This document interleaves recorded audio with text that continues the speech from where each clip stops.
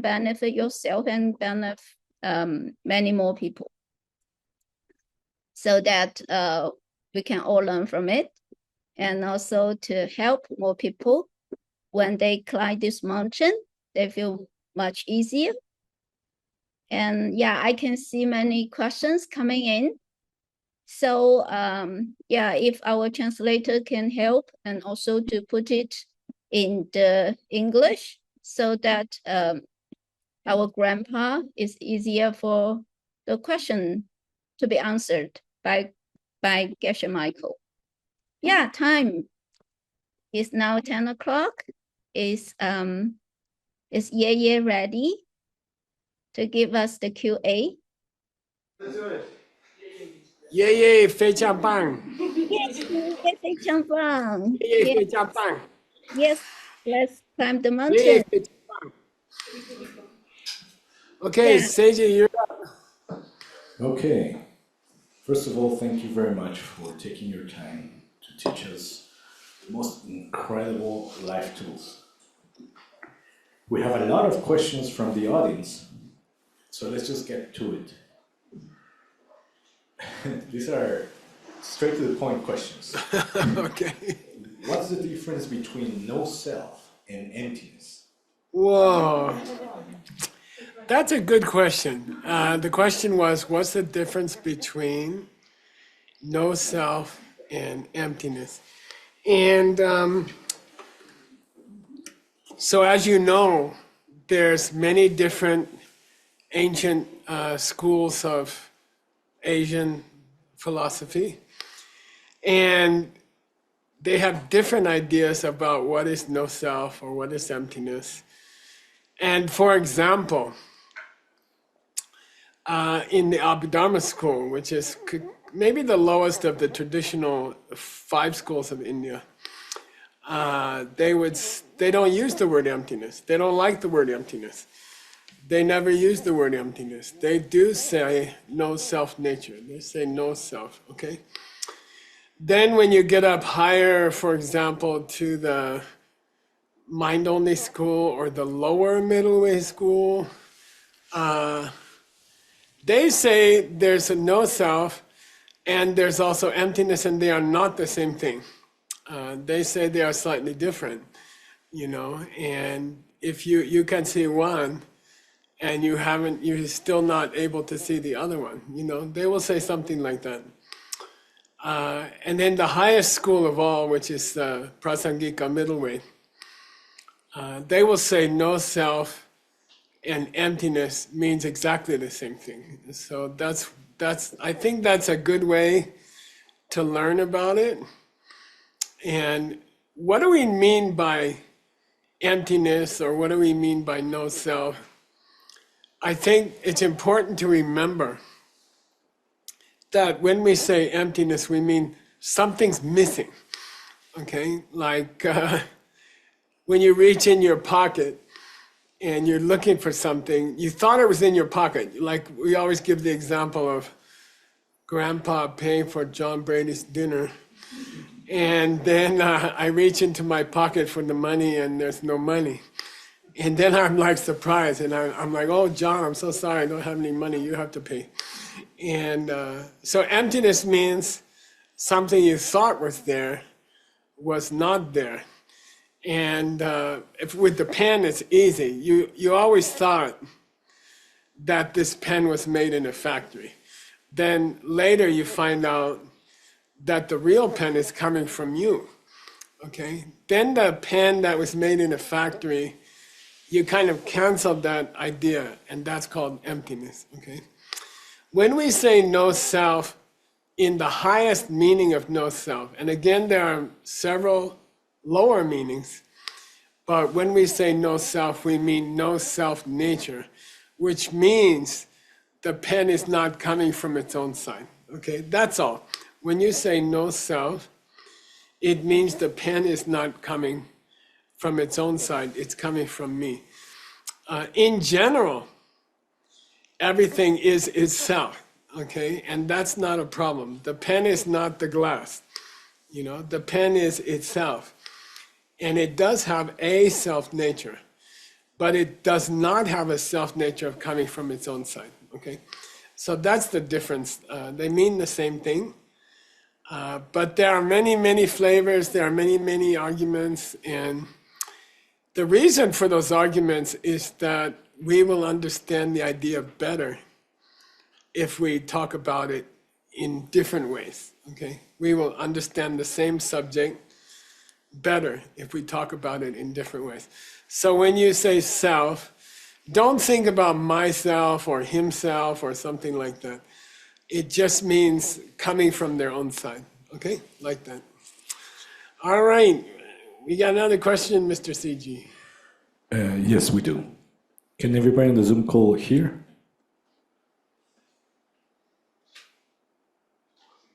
It's cruel Okay. to eat pizza in front of... I'm just kidding. So we have learned that emptiness means that things do not possess a nature of their own. However, when learning about Chi Chedrak, it's in the last of the Chi. Sounds like a car has some carness. How can we think about Chi Chedrak in a correct way to help us understand emptiness? Wow, that's a cool question. Yeah, as we spoke about Chi Chedrak, then the word Chi as a general quality, karnas, for example, it seemed to almost be selfness, right? And so I understand, I think, the question. When we talk about Chi Chedrak, in its highest meaning, we're talking about quality and something which is characteristic of that quality, okay? Something which has that quality. And it almost feels like then the general or the characteristic or the archetype, the chi, it feels like if anything in the universe comes from its own side, if anything has its own self-nature, it should be karnas, okay? Like, I'm not creating karnas. And I'll tell you a famous argument about it. As a quality, karnas is considered unchanging and it's considered uncreated. Okay, nobody made karnas. You can make a car, but you cannot make karnas. You can destroy a car, but you cannot destroy the idea of karnas. You see what I mean?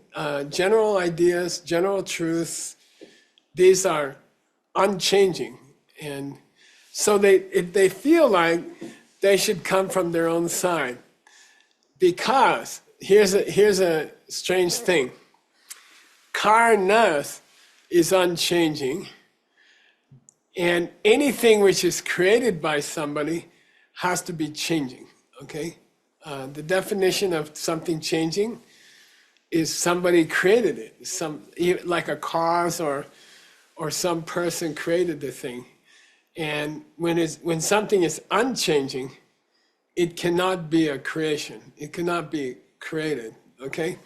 So it seems like things like karnas, which had nobody to create them, then they are unchanging, that it seems like if anything has its own nature, it should be one of those things. It should be karnas, something that existed in and of itself. Nobody created it. Nobody can destroy it. You can take karnas out of things, like when you destroy a car, you destroy the karnas of, or you remove the karnas of that car. But in general, karnas is something that doesn't change and was not created. So then it's a difficult thing to think about, that something could be unchanging, but still exist, did not have a cause, but still exist, like karnas, and still it's not coming from its own side, okay? Still, it's a creation of your pictures.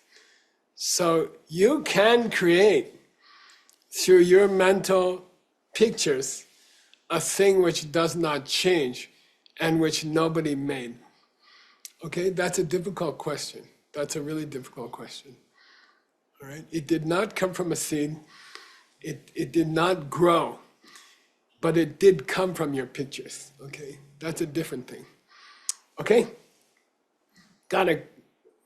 When everyone looks confused at my teacher, he will say, "You have to cook it.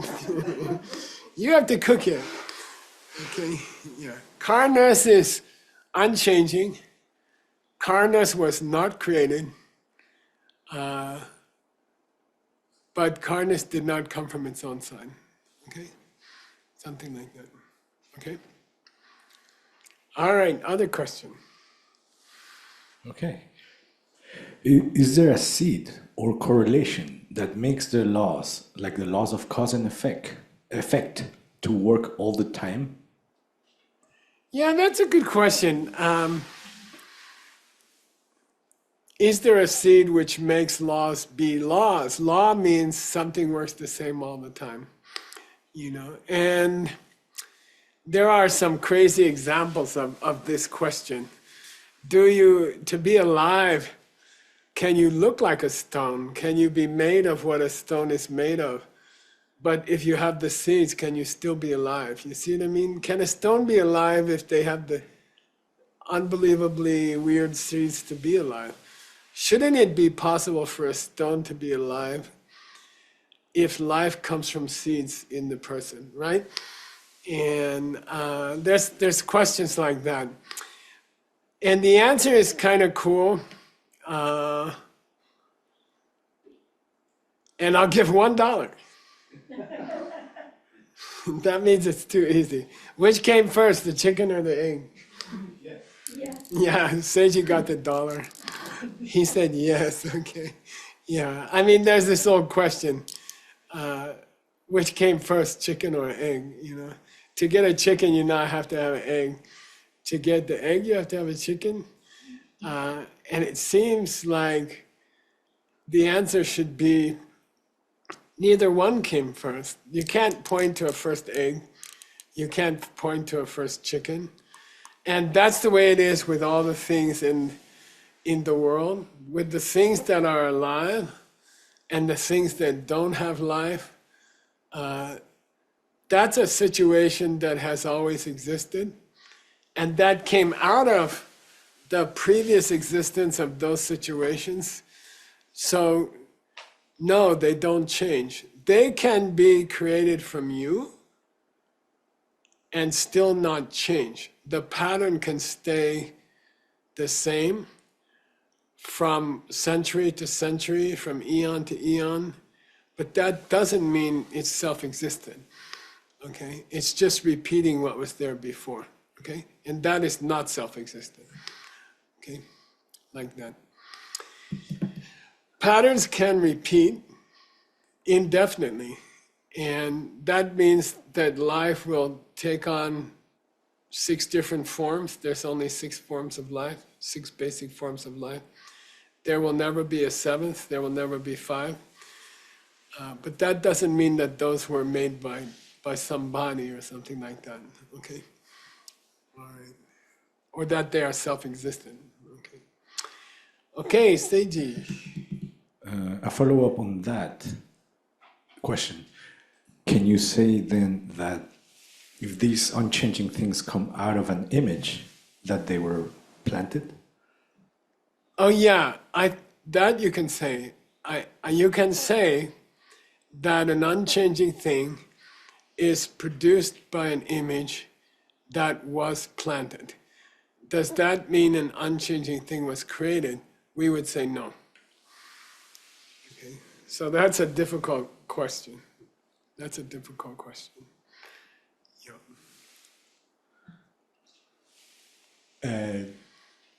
If I could ask a I don't mind. I don't mind. Go ahead. How would you plant the seed for something unchanging? That's a good question. I think because it hasn't changed, it's probably been around all the time. And I don't know I guess you would just think of the same pattern. So I don't know if you want to think of something unchanging, it would be the emptiness of a pen. The fact that the pen doesn't come from a factory is unchanging, but that fact comes up in front of my mind out of a seed in my mind that creates an image of an unchanging thing. Okay, how's that? That's possible. That's possible. Okay. Okay. Thank you very And much. by the way, unchanging things is a big, big topic. It's a big, big topic of the Abhidharma, for example. From the beginning days of these ancient traditions, they have discussed the questions. Chunam sache sapa me lama tope duchi no sache kanche data lasanan kundu gebu samin langi demadan dumachino se nangha dani gopadi lela nanga mati bao. Very famous opening of Abhidharma Kosha. All things are divided into stained and unstained, and then they can be divided into those things which change and those things which don't change. And it's just to think about something which never changes is difficult for a human mind because a human mind is changing. Okay, so a changing entity, a living entity, the human mind, which is constantly changing. And if you don't think so, you haven't been married. The human mind is constantly in change. It's constantly in flux. And therefore, it's hard to imagine how an instrument, which is constantly changing, could think of or aid in the creation of a thing which cannot change. Okay, that's a difficult question. And it's very, very interesting. The Abhidharma Kosha, which is the first great text of this tradition 2,500 years ago, they don't touch that question until a very specific point at the end of the very first chapter. They go through every existing thing in the universe. They describe every existing thing in the universe. And then only in the final few lines, they talk about things which cannot change, but they still exist. And they save it for the end. And in those lower schools, something which doesn't change is very close to being emptiness. It's very close to being ultimate reality. In the end of the Abhidharma Kosha first chapter, where they divide out the whole universe into the jewelry box, they saved that for the last verse or the next to last verse, okay? And then it's very blunt. And it says of all the things in the universe, the only truly pure things are unchanging. Okay, so they almost say it's the same thing. Okay. All right, boss. All right. Thank you very much. The next question is, what's the difference between the archetype of a car, the one that our mom showed us and said car, and the quality carness? Same thing. Yeah, what's the difference between the archetype car and carness? They are the same thing. Yeah, they are the same thing. So when your mom, and by the way, it's just kind of a simple explanation for DCI audiences.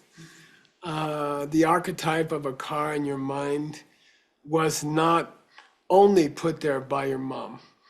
According to the full philosophy, you had seeds for that archetype for billions of years before that. For DCI, and by the way, as a DCI teacher, you've got to be super skillful to take out of the ancient philosophy ideas that will help people, and don't talk about ideas which are too difficult or too big for a person to use in solving their marriage problems, for example. You see what I mean? Like you could talk about philosophy all day, but that might not help a person who's having a marriage problem. So it's important as a DCI teacher that you learn to limit the conversation to what we could call normal life. Okay, there's a challenge for a DCI teacher. Can you talk about the great ideas of the ancient books and still not go outside of a person's normal life? Okay, and that's the challenge of a DCI teacher, and it's a wonderful challenge. And in fact, it's why DCI is so amazing in the world. Yep. Okay, Seiji. Okay, thank you very much. The next question is, if I touch the diamond world in the past, in what ways could I become aware of that this time? Yeah, good. So there's an interesting topic in the ancient books, and it's called Bakchak Sepa. Say Bakchak? Bakchak. Sepa? Sepa. Bakchak means a deep seed. You can say like a sanskara, but it's a deep, deep seed, bija or something. That's a deep, deep seed in a person's heart. Sepa is a very beautiful word that means a deep, deep seed inside your heart suddenly opens, okay? And let's say you touch the diamond world in this life, and then you die, and then you go through a birth process, and you're just a 2-week-old baby. You are definitely going to poop and throw up and do all the normal things, okay? You are not different like that. And you will not remember what happened to you in your past life. You won't remember, okay? And that's normal, okay? So, and then there's a beautiful thing at age 16. Normally it's 16 or 17. We call Bachak Sepa. It means ancient seeds, ancient important seeds in your heart wake up. Usually around 16 or 17. You might meet someone very, very important from your past life when you are 16 or 17. It's very common.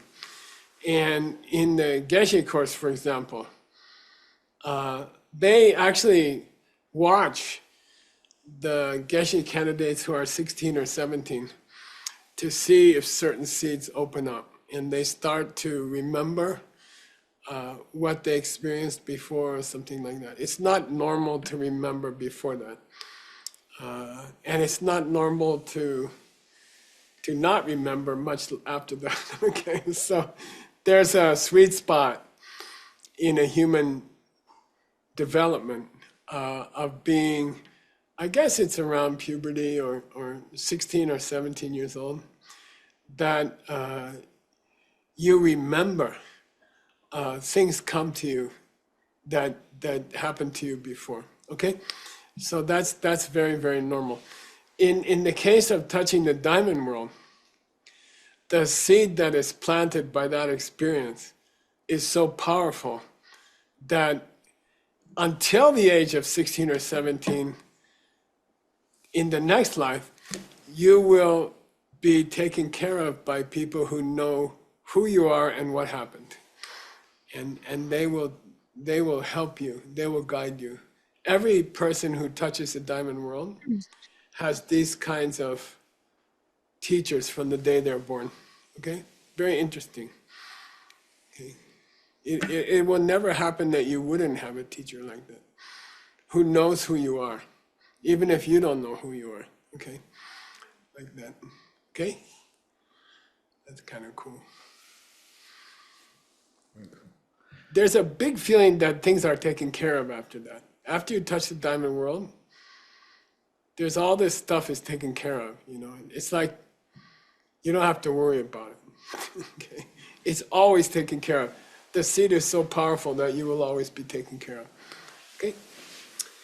All right, what's next, Grandpa? So thank you very much.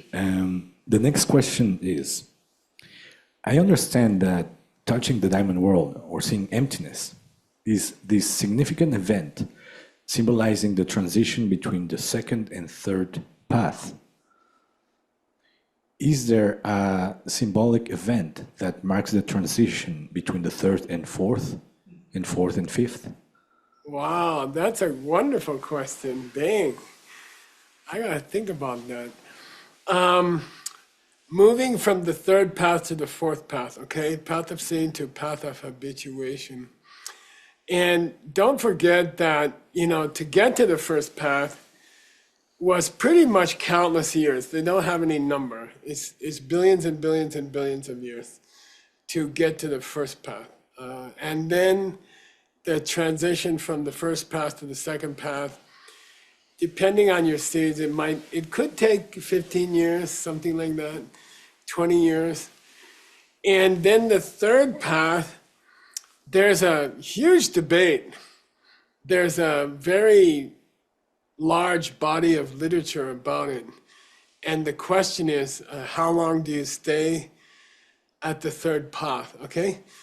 And the Abhidharma, for example, says that the first 15 milliseconds, you are on the path of seeing, and the 16th millisecond, you are already off the path of seeing. You're already on the fourth path. Okay? They would say 15 seconds, 15 milliseconds in the path of seeing, and then by the 16th millisecond, you are on the path of habituation. You're on the fourth path. The Abhidharma school would say the transition from the third path, slow down, Geshe Michael, to the fourth path occurs in 15 seconds. Okay? And don't forget, maybe the path before that took 10 billion years. It's very interesting. Okay? So I would personally say that you could count the third path as taking about 12 hours or something like that. Okay, I would count it as about 12 hours or something like that. I would say by the time you sleep on the night that you touch the diamond world, by the time you wake up the next morning, you are on the fourth path, okay? How long you stay on the fourth path is very, very traditionally what we said, 7 lifetimes. Those are what we call Selo Gyape Se, which means 7 lifetimes in the point in history when the average lifespan is under 100 years. So supposed to be when people are living average of 70 years or 80 years, this is supposed to be the worst of times. Normal in the history, in the big history of millions of years, billions of years, a human normally lives for hundreds of years. But in the bad days, in the lowest point in history, people live maybe 50, 60, 70 years. Okay, so they would say traditionally that we're in a very low period of history, judging from lifespans, judging from the average lifespans. But they say those are the most fertile periods in history because people's lives are so short, 70 years.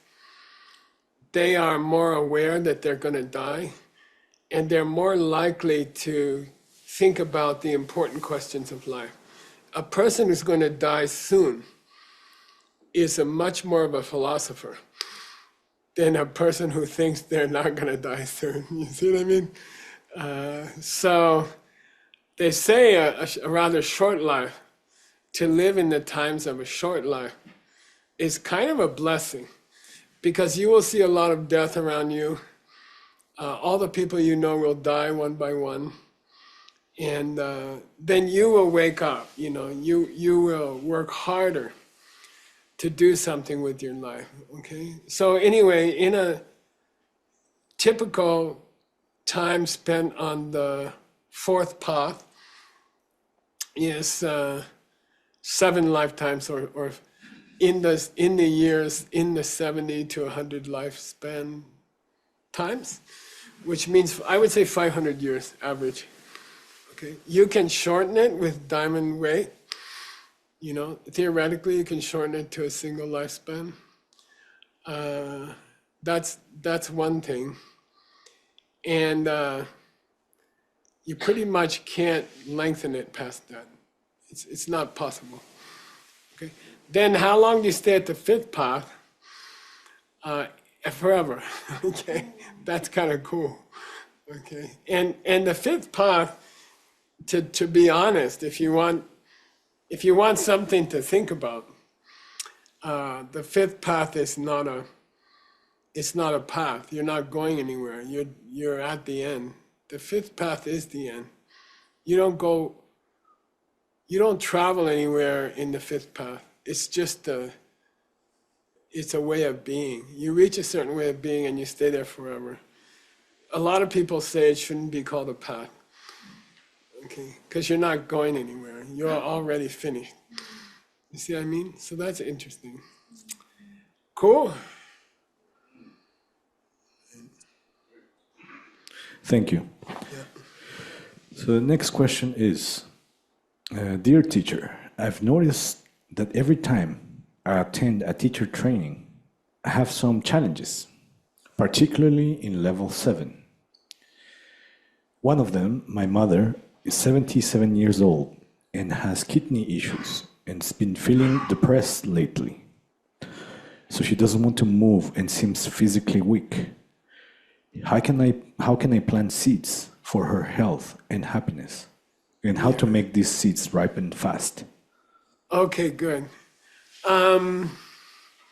It's very, very, very famous that when you finally start doing something that's really important for the world, new obstacles will come up, you know. And you, in the old days, they would call it demons or spirits or something like that. I don't think you have to imagine that there's little guys who are very mean and they want to stop you from making progress. You know, I think that's sort of an old idea. The nature of the world, though, and as you get older, you will realize it. When something important is going to happen, when something very good is going to happen, there will be much more obstacles. Much more obstacles will come up, you know. And there's a word for it in the ancient language. It's gonumba. So everybody's like at the same level. And then one person sticks their head up. And life is waiting for that one person to stick their head up. And then they dung, dung. You know, life wants everyone to be equally miserable. And then one person says, I'm getting out, I'm going to study DCI level 7. And then they say that there's a natural reaction from the universe where it goes, you can say it's a demon, but it's not really. It's just the nature of entropy. Things tend towards average, that something will come and you will draw attention.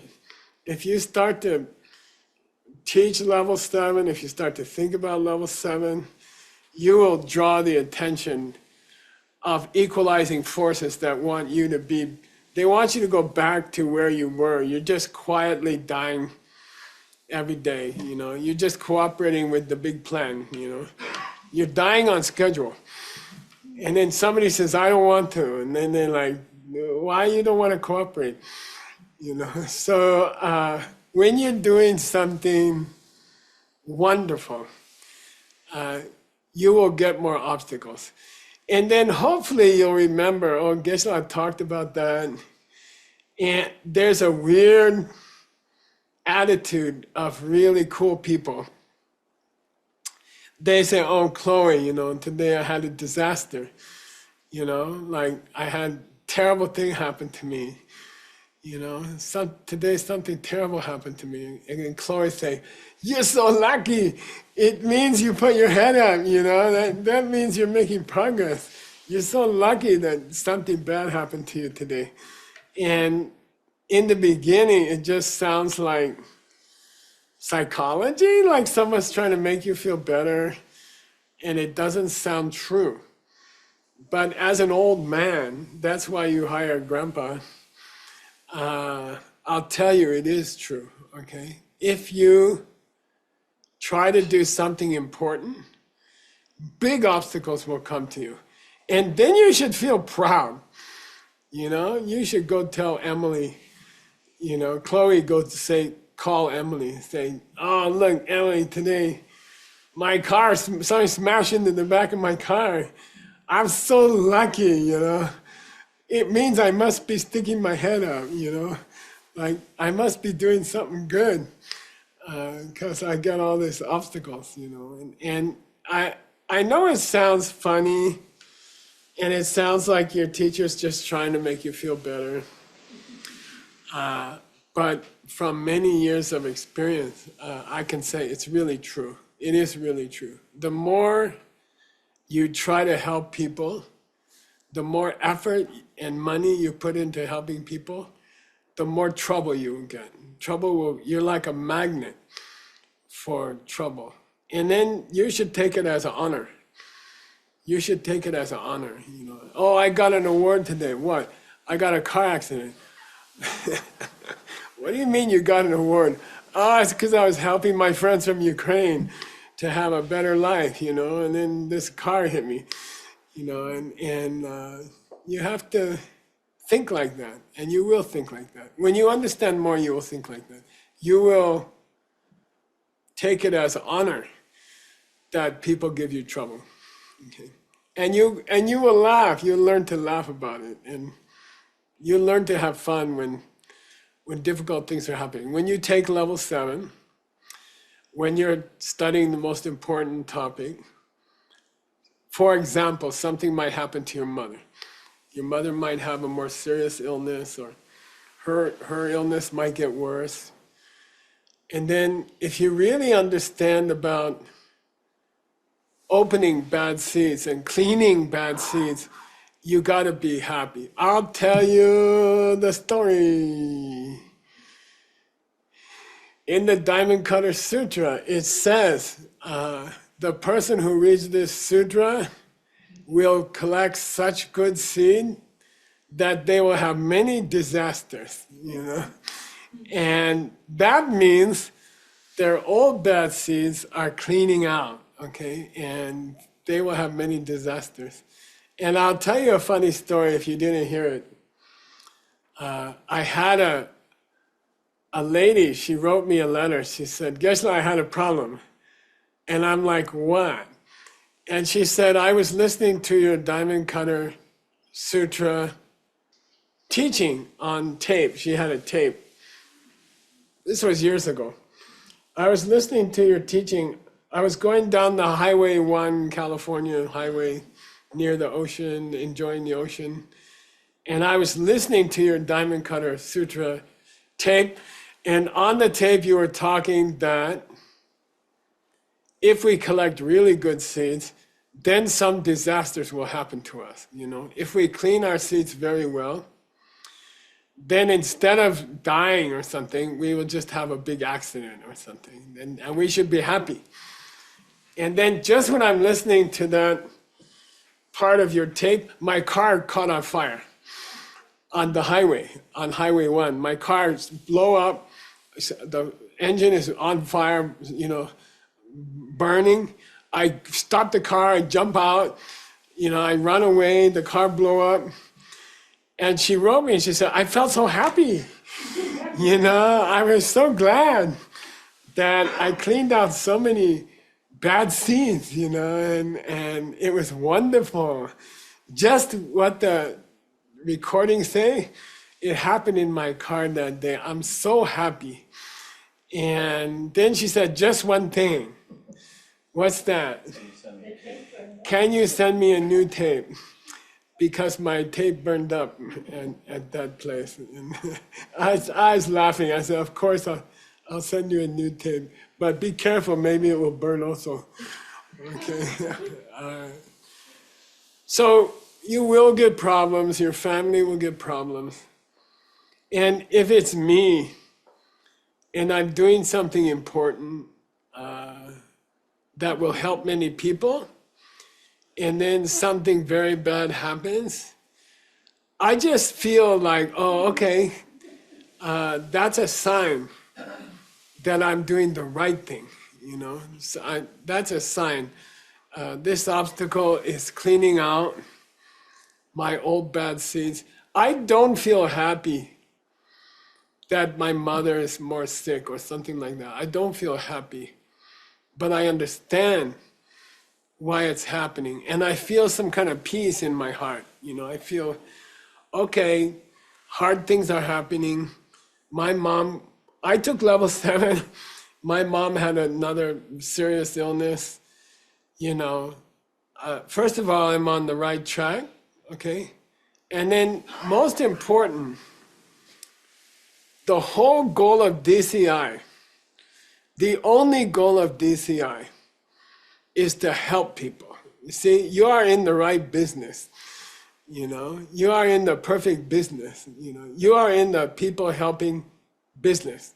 You're a professional people helper. And your product is people helping. And so once you join DCI, once you become a DCI teacher, then, you know, bad seeds will burn up and your friends will get sick or problems will happen. But the reason you're in DCI is to help people stop those problems. You see what I mean? If you join DCI, if you become a DCI teacher, that will force many bad seeds to open. Then bad things will happen. And then you get to be a DCI teacher. Because that's what DCI teachers do. Their job is to help people who are having trouble. Okay? Being a DCI teacher causes trouble so you can be a DCI teacher and stop trouble. Okay? Okay, thank you very much. So the next question is, well, first of all, they say, thank you, Geshe Michael, for teaching us. I would like to have to ask for an advice for those of us in the world that are experiencing the following situation. Many students are struggling to keep practicing because it looks sometimes like the situation they try to improve in the world is getting worse. Wars don't seem to stop. There's a lot of dishonesty, injustice, and overall international disharmony. I've been trying to purify these seeds for a while, and so are doing so, and like me, other people around me. Can you please give us some advice?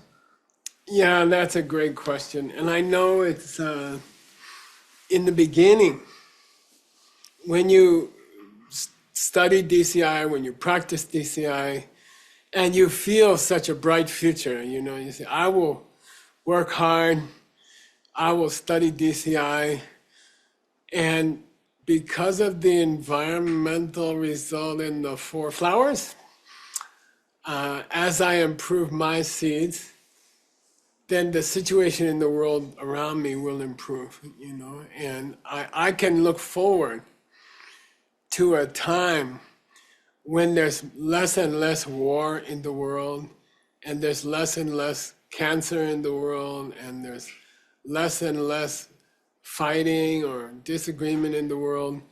You know, if I can practice DCI steadily, and I understand it's not going to change in 1 year, it's not going to change in 2 years, but if I work hard, if I work steadily, it should be that the world improves, right? It should be a steady improvement in the world. And I agree that it feels like it should be like that. But when you understand a seed, it opens faster.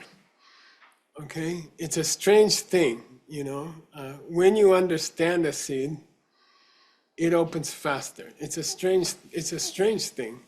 Good seeds and bad seeds, okay? When you understand them, they will open faster. So there will be, in the short term, things will get much worse, you know. Things will get much worse before they get better. It's similar to in your meditation, and you teach people to meditate, you know, and you say the first day you say, how'd your meditation go? And they say, oh, it was terrible, you know. My mind was talking the whole time, you know. It sounds like blah blah blah blah blah blah, didn't stop, you know. Then you meet them after 10 days, after they first start the meditation, and you say, how's your meditation? Is it getting better? And they say, are you kidding? It got 10 times worse, you know. I'm meditating for 10 days, and before my mind used to talk a little bit, and now my mind is talking all the time. My mind won't shut up, you know. It got much worse, Geshe. This meditation is a bad thing, you know. I used to have a pretty quiet mind, and now my mind is much worse, much more talkative. And then your meditation teacher says, good, your ear is getting better. You are starting to hear what's really there from the beginning. And before, you didn't hear it. You are getting more quiet. Your mind is getting more peaceful. And therefore, you can hear more garbage in your mind. Okay? Then your meditation teacher say, wonderful, wonderful. You almost feel crazy? Yes. You're excellent. This is excellent meditation, you know. And that's what happens. Maybe it's not that, you know, people came to me and they looked very seriously at me and they say, Geshe, this DCI thing not working, you know. I say, why? And they say, there's just so much war, there's so much conflict, there's so much poverty, you know. And then I say, you know, I was born just after World War II. I was born just after World War II. I'm called, in my country, we call baby boomer. Why? All those guys got out of the army at the same time, and they didn't have sex for like 3 years. Guess what happened? They all run and find some lady, you know, and they start a family and they have sex. And my generation, we were all born in the same time because all those lonely guys in the army came home at the same time, and they start to, you know, they start to have families, you know, and they all start to have families. But let me tell you something, and think about it, okay? My father, in his world, in 4 or 5 years' time, 100 million people died of war. 100 million people died of war. My wife's here. Her father was a pilot in Europe in the war. And I think there were 200,000 pilots. 100,000 died. I mean, her father saw 50% die in 2 years or something, you know, 100,000 young men, you're talking 17, 18, 19 years old, they died just in one airplane, just doing this one job, you know. And so when you think about, is the world getting better? or the world's getting worse. I would say it's not good. And there's many very cruel and stupid and violent things going on. And there's many cruel and stupid people. But also starvation is the lowest it has ever been in history. People dying without food is the lowest it's been in human history. So I'd say, maybe you become more aware of suffering and then you see more suffering. But statistically, things are getting better. Slowly, things are getting better. We still have a long way to go. Okay. CG. Thank you. We still have another question before that. Okay. So thank you very much, Geshe Michael, for teaching us these beautiful teachings on quality and characteristics.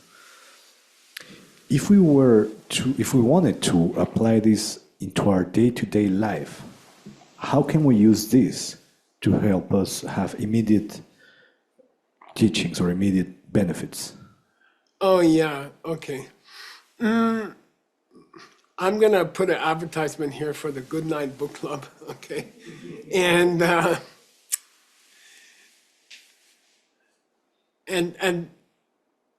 when I talked about excellence, arete, when I talked about trying to reach excellence, part of the DCI program, part of the Good Night Book Club program is to read about deeper things every day.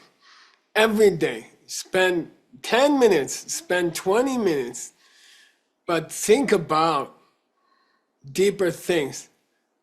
Expose your mind to the deepest ideas, the great ideas. You guys are lucky. In DCI, you are surrounded by wisdom. You have 8,000 pages of manuals. Okay, you have 8,000 pages to read. Every night, you can read 1 or 2 pages for 4,000 years or something.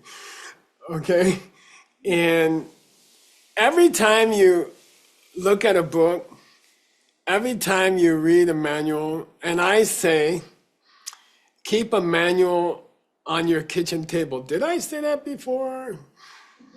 I keep one in my bathroom. My wife knows. She told me recently, hey, that new one in the bathroom's pretty good.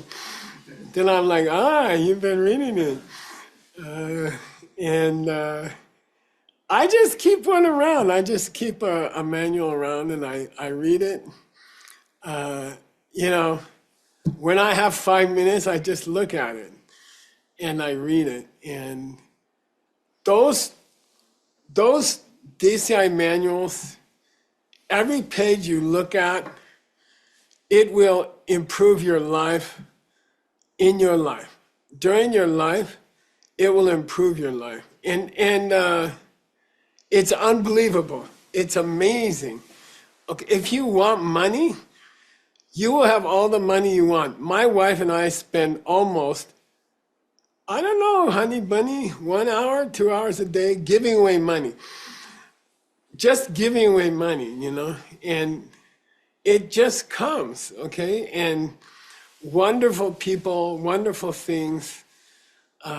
If you just look at it for a few minutes every day, then seeds are planted in your mind. And you'll have an amazing life. You'll have a beautiful life, And of course there'll be difficult times, there'll be hard things. We have hard times, we have hard things. Today something hard happened. But in general, if you just look at the DCI manuals and you just read a little bit of the mixed nuts translations or something every day, then those seeds will open unstoppably and your life will be amazing. Your life will be amazing. I'm going to announce something that my boss Seiji gave me to announce. And if I finish early, I'll take another question. I wanted to remind you about the SCIM, Teachers Empowered Program. This is called STEP. And again, the idea of this program is that the normal SCIM terms are very intense, as you know, because you just finished one. 2 weeks of very intense work. You know, there's no way you can work a job during those 2 weeks. You kind of have to say goodbye to your family for 2 weeks. You know, you have to say goodbye to your sleep for 2 weeks, and you got to focus. It's so much to do, so many things to learn in those 2 weeks. So some people asked us, look, you know, Geshe Seiji, we love this stuff, but we can't, my boss is not going to give me 2 weeks off to study SCIM Diamond World, you know. And I'll tell you, my own boss back in the jewelry company, they'll fire me if I say I need 2 weeks to touch the Diamond World. They'll say, you can touch the unemployment check also, you know. And, you know, so we made a new system. The course is 1 month. You do a couple hours before you go to work. You do a couple hours when you get back from work. And we're going to start that on April 12th with level 11, which is really cool. It's how to get more time in your life, okay? And everybody in this world needs it. And if you can learn to teach it, you will really help people. You know, that's a big thing, okay? So you're welcome to try this new format. Will we keep the old format? Yes. Is that 1 month format gonna be just old videos of Geshe teaching? No. Okay, we're gonna have the same percentage of live classes, and depending on your time zone, it won't be, it's not that we're gonna just show you old videos of Geshe Michael when he used to have more hair or something like that. Okay.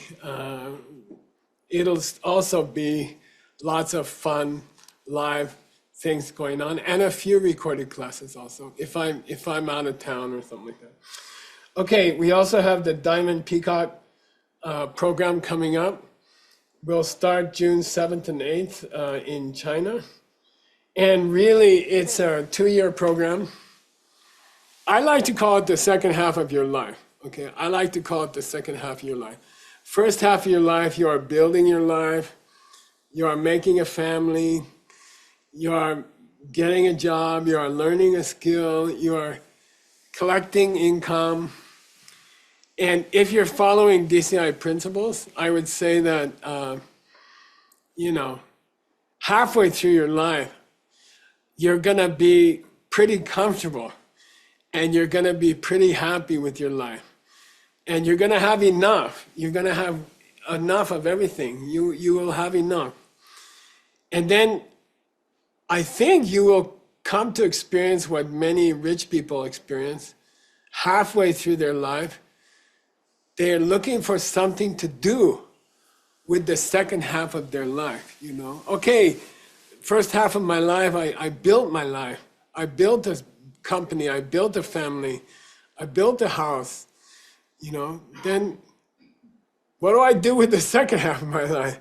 And so we thought, I always wanted to have a club or a group of people who want to do something special with the second half of their life, you know. And I had this dream for many years.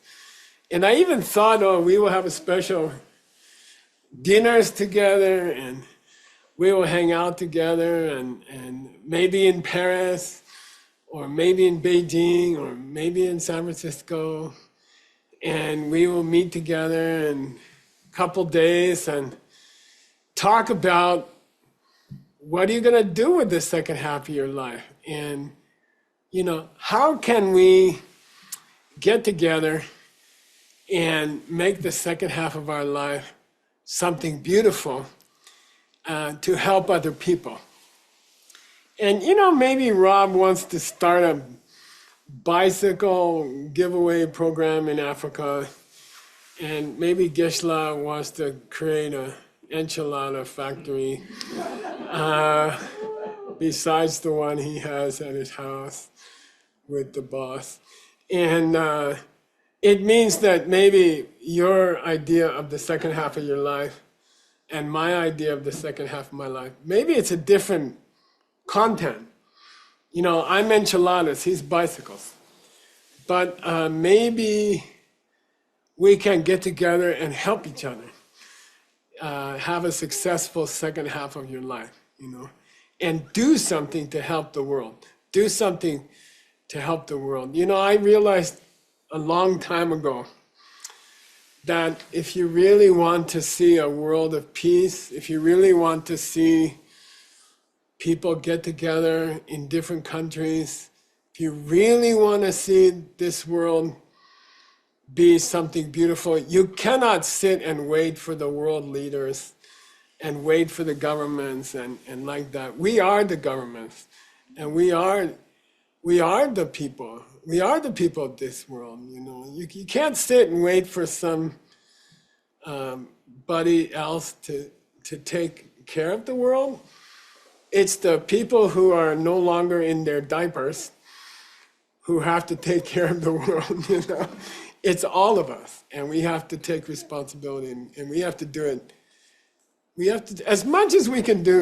We are not Einstein, but we know some stuff, and if we try, we can do something to help the world. And maybe if there's enough DCI middle life people who want to help the world, maybe we can make a better world. Maybe we can help.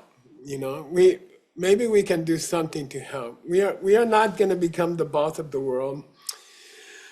We're not going to become important people. But if there's enough of us and we all help other people, then we can do something great together. So that's called the Diamond Peacocks Club. It's kind of like a club. And it's people who want to organize some kind of help. It could be housing. We have a great project. We made almost 900 houses for poor people, and feeding people, going to nursing homes, ways to help the world, okay? So if you're interested in that program, it's called Diamond Peacock, June 7th and 8th. And it's a 2-year program for the second half of your life, okay? Grandpa's out of time. I want to thank you guys one more time for coming to level 7. Thank you for working so hard. Thank you to all the staff. Thank you to all the translators. The DCI staff, starting with Seiji and all the other staff, they work really, really hard. They work the whole year. And Geshe never thanks them. He never even talks to them much. And they, like crazy people, they keep making DCI stronger and stronger. They keep teaching more and more people. They take the responsibility even when I don't. And I'm really, really lucky and grateful to have you. All right. See you guys in the next class.